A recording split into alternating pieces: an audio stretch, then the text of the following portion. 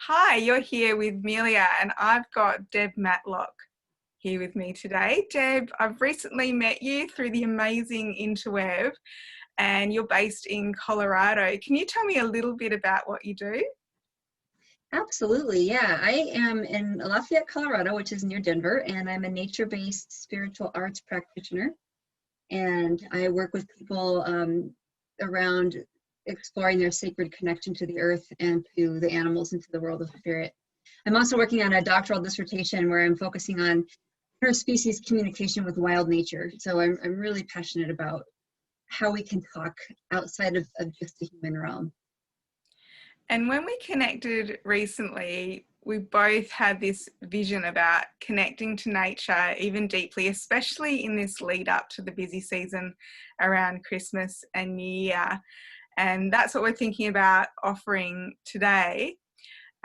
Would you like to say a few words about that and then lead us into a breathing meditation to help slow us all down and settle into the present moment? Absolutely. Yeah, I think one of the things I've noticed, not only as we head into a busy holiday season, but also this year of a very intense year of a pandemic and so much upheaval, is that relationship with the natural and wild world right outside of our doors, wherever we are in the world, has been such a foundation, such a deeply rooting and genuine relationship that has felt like a normal piece, some reliable part of a year that has felt pretty crazy. And I'm looking forward very much to chatting with you more about that here. But I love the idea. Yeah, let's all just take a moment and take some breaths, close our eyes, kind of feel our body and see ourselves just as beings of nature. So just take in that deep breath and let it out in your own rhythm. Just remember the water in your body, the earth that's supporting you underneath where you're sitting. Just take another deep breath. And as you're feeling like you can feel your rhythm slowing down, just gently open your eyes and sit back and hopefully enjoy this conversation and hopefully get some inspiration to explore on your own afterwards. Thank you, Deb. I've recently been looking at the Druidic path. So that's obviously from the English Isles, the UK, kind of around Scotland and Ireland. Obviously, it's a bit of a fragmented lineage. They've recreated it. But it does involve that connection to nature, but also connection to inner creativity and inner wisdom as well, wisdom which can be held to support those around you. So I came across this beautiful poem by modern bard J. Ramsey, and I'd like to share that with us as I feel it ties in with this inner connecting and particularly this letting go of what's not needed in preparation for enjoying what's important for us. Many of us may be aware that there's Christmas kind of on the surface, but underneath Christmas and even this special time between, say, the 21st, the summer solstice, and even the 1st of January, there's quite a lot of energetic stuff going on as well, and a lot of pagan traditions and pagan rituals which Christmas has been overlaid on top of. So regardless of what your beliefs are and what you feel is right for you, just wanting to simplify everything so that we can enjoy that deeper connection to ourselves. Fathomless, unknown, behind and in everything. Valley, kestrel, celandine. You know where and in everything. And being nothing, being silenced, being unable to speak. You see everything, and I see you. And I see I am, the core I am seeing. The sun closening to meet the man who has crossed the line who has walked out of himself, stands ahead there, naked in the light.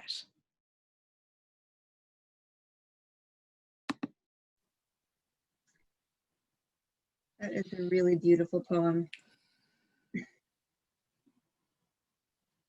I love especially the part walking out of himself. You know, it's like that leaving ourselves so that we can see ourselves and actually be part of everything else that's around us. Beautiful. Yeah. And I see you, and I see I am. That seeing of each other, that noticing. So Deb, what do you think the most important thing for you to focus on to help simplify this festive season? Yeah, I think the thing that I want to focus on is simply the natural rhythms that are going on. You know, watching what the wildlife is doing, noticing how here in Colorado, we're we're heading into winter solstice, you know, but we're moving from fall into winter, and just watching the world, the landscape change, and seeing how that is reflected in my own body and in my own urges and impulses. And you know, for me, moving from fall into winter feels like a time of closing in a little bit, a time of being more reflective, a time that I start to feel more creative about things. It's just letting that rhythm around me also mirror itself within. And I think, you know, no matter where we are in the world and no matter what solstice we're coming up on, you know, we are moving in that seasonal change where there's this wild rhythm around us, and we're very much a part of it.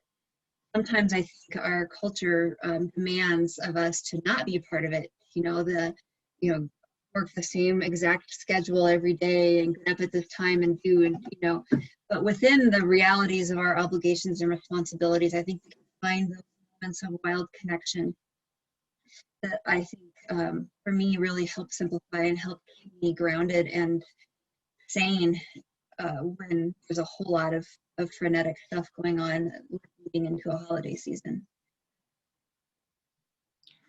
I think that's so important.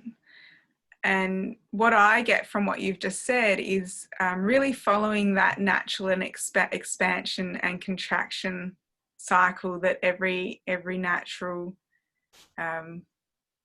being, including Earth, has. So we have our own expansion and contraction cycles within the body, but then the world around us has that as well. And what you might find quite interesting, Deb, is I'm here in the southwest of Western Australia, and we have 6 seasons according to the Noongar people, and we're just about to enter Birak, which is early summer.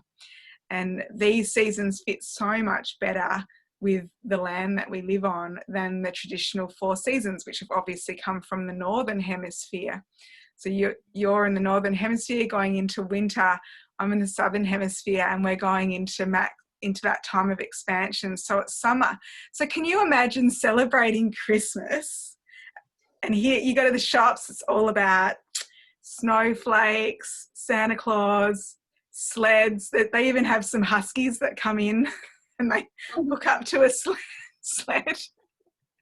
And everyone's eating this really heavy food like turkey and ham and pudding, but it's often 40, it can be 35 to 40 degrees Celsius here. So that's you know, way over 100 degrees Fahrenheit. I think 100 degrees Fahrenheit is about 33 degrees, or it's around about that. So we do often have seafood for Christmas lunch, and we do often spend it on the beach, but there's this real distortion between the culture. And for me this year, I've been looking at all the wrapping paper and all the imagery, and thank goodness they've put out stuff with gum leaves and native animals. And I thought, do you know what? None of that old man stuff, Santa Claus, is relevant for me. I'm just not feeling it. You know, even red and white and jingle bells, all of that. It's just simply not relevant for me. It's a summer celebration. It is a summer solstice here on the 21st, just before Christmas. So it's really interesting to think about those natural rhythms that you talked about and apply it right here to the land that you're living on. Well, and you bring up another really interesting point, which is that place-based connection, you know, that honoring and living from where we are, which absolutely, I mean, I'm sitting here, I'm actually amazed. I don't know, naively, I guess I thought that maybe your Christmas wrapping had different answers. I didn't realize, no, but it's like where we are and letting our celebrations come from our land and our connection to that land, and, you know, representing all those pieces. Yeah, I'm floored by that. You know, growing up in Colorado, where we definitely have snow and evergreen trees, you know, it's sort of like I just assumed everybody did it with their place connection. People are buying Christmas trees here, like fir trees. It's really strange. I've always thought it was strange. But now I think it's even stranger that because obviously settlement here in Australia is about 220 years old. It's very recent, and European culture, which is the predominant culture, we are very multicultural as well, but it's like we just bought everything, all the beliefs, and just came here without paying any attention to the world around us. But I do feel that's starting to change, and I'm noticing a lot of different imagery and people starting to make some different choices around that celebration. Well, and you know, we've only had one other conversation because we just met, but I was struck by you talking about how the age of the land where you're from, and your deep connection to that, and how much you've had this relationship with that land for so long, you know, and it makes me so curious about what you've learned from that. And as I'm thinking about that in the context of what we're talking about here with the holidays, I imagine there's probably celebrations and things coming out of that land that are, you know, much more natural to the place. Yeah, so I'm continually learning, and the Noongar people, they call white people Wodjala. So, you know, I'm a Wodjala, but I was born on this land and grew up in this land, and so we're interconnected, even though my heritage hasn't been here. You know, it's been here for 7 generations or whatever, but it's not the heritage that the Noongar people have. And something that's also quite crazy and unrecognised is that the Noongar people have lived here, it's scientifically proven, the Aboriginal people, or original people as they prefer to be called, at least 60,000 years, if not 120,000 years. There's verbal lineage that talks about the Ice Age.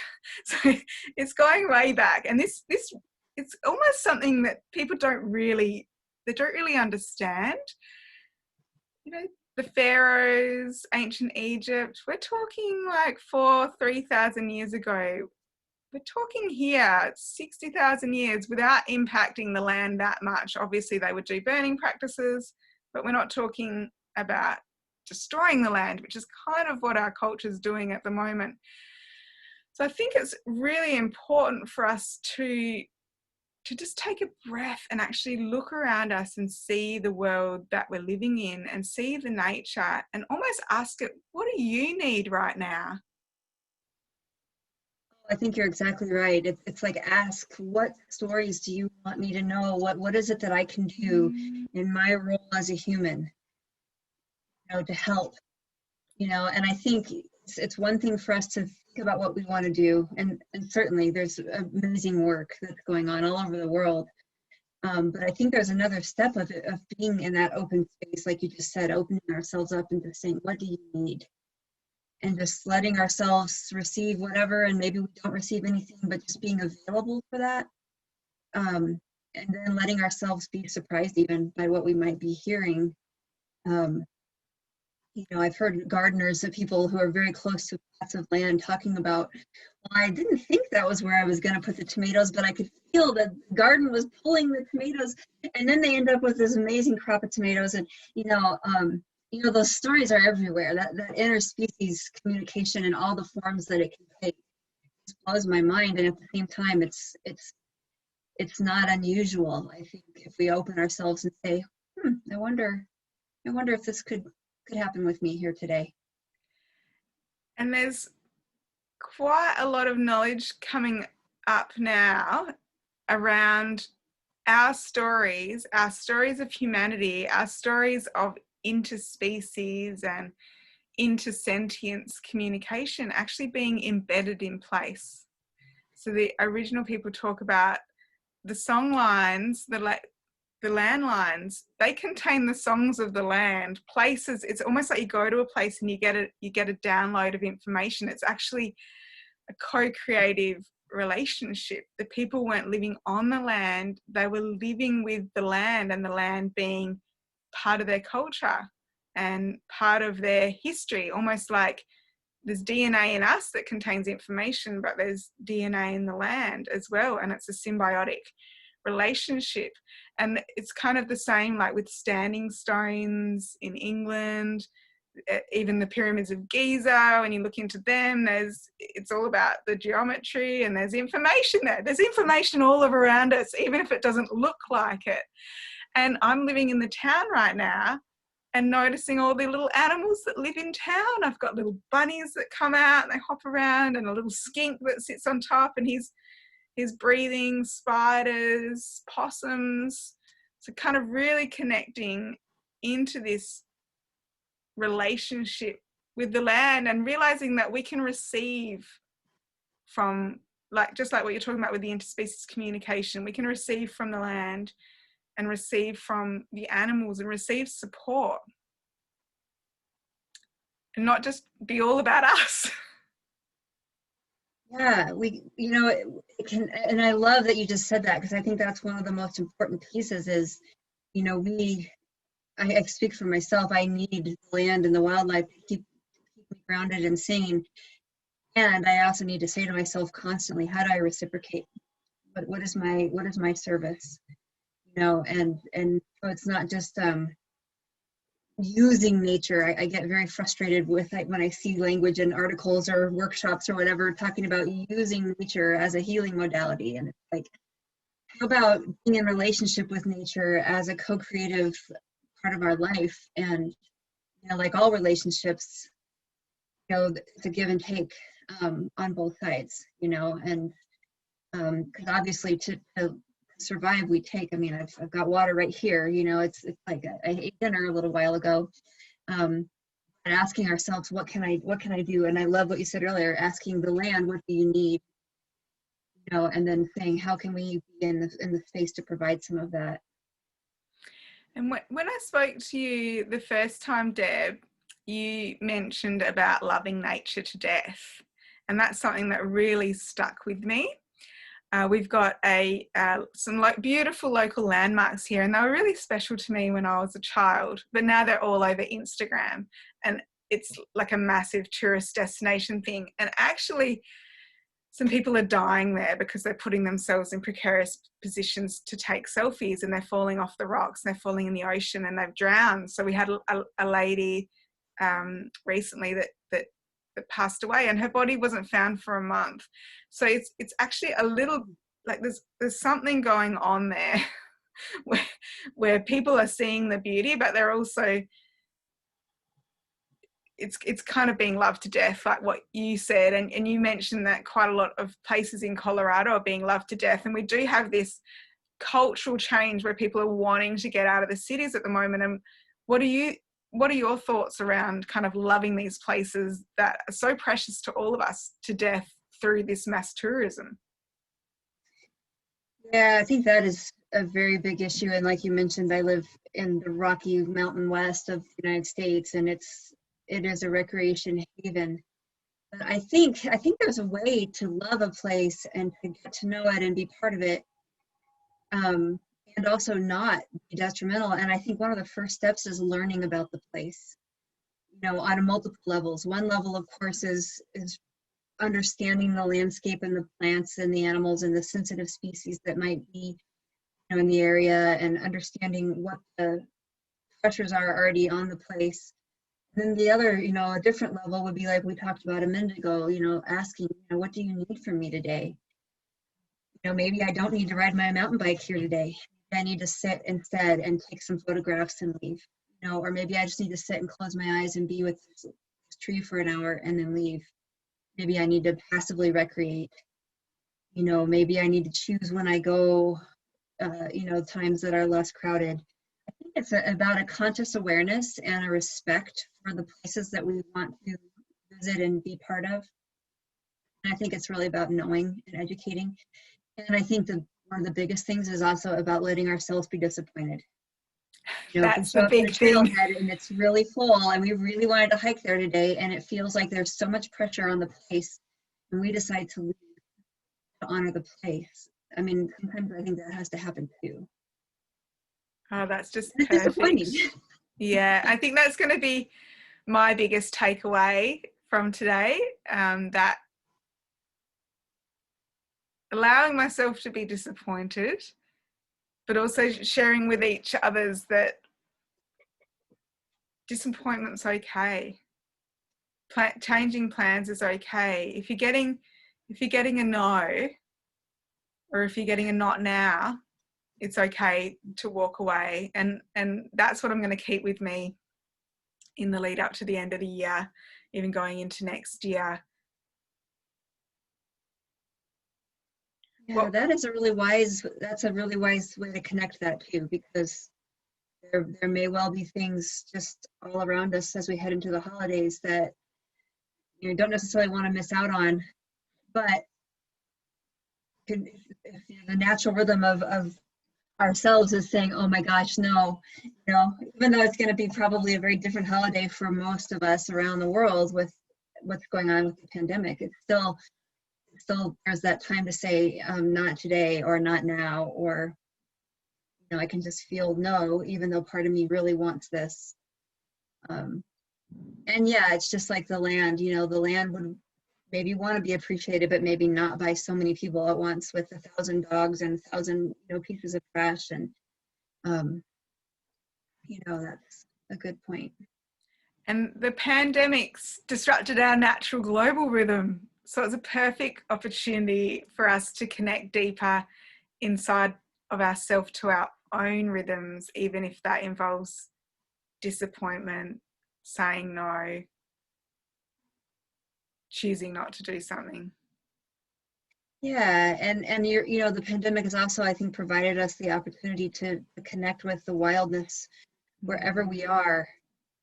You know, whether that's a little patch of earth in the middle of a parking lot, you know, that has a couple of weeds and some ants that live on it. You know, there's a lot of life there. You know, and we can't all travel. We can't all be interfacing with each other the same way. And I think that there's a very interesting opportunity within that too, just to say, wow, there is a lot of I live near all the time that I didn't realize. Nature is everywhere. Everywhere, and we are part of it, you know. And we don't have to always fly off to some exotic place. I mean, it's fun to visit places, but wildness doesn't require us to leave home. The wildness right here. Absolutely. Well, thank you, Deb, for sharing your wisdom with us all today. Likewise, this has really been fun. I really enjoy conversations and look forward to doing more conversations. We have lots to talk about. Me too. Bye for now. Yeah, take care.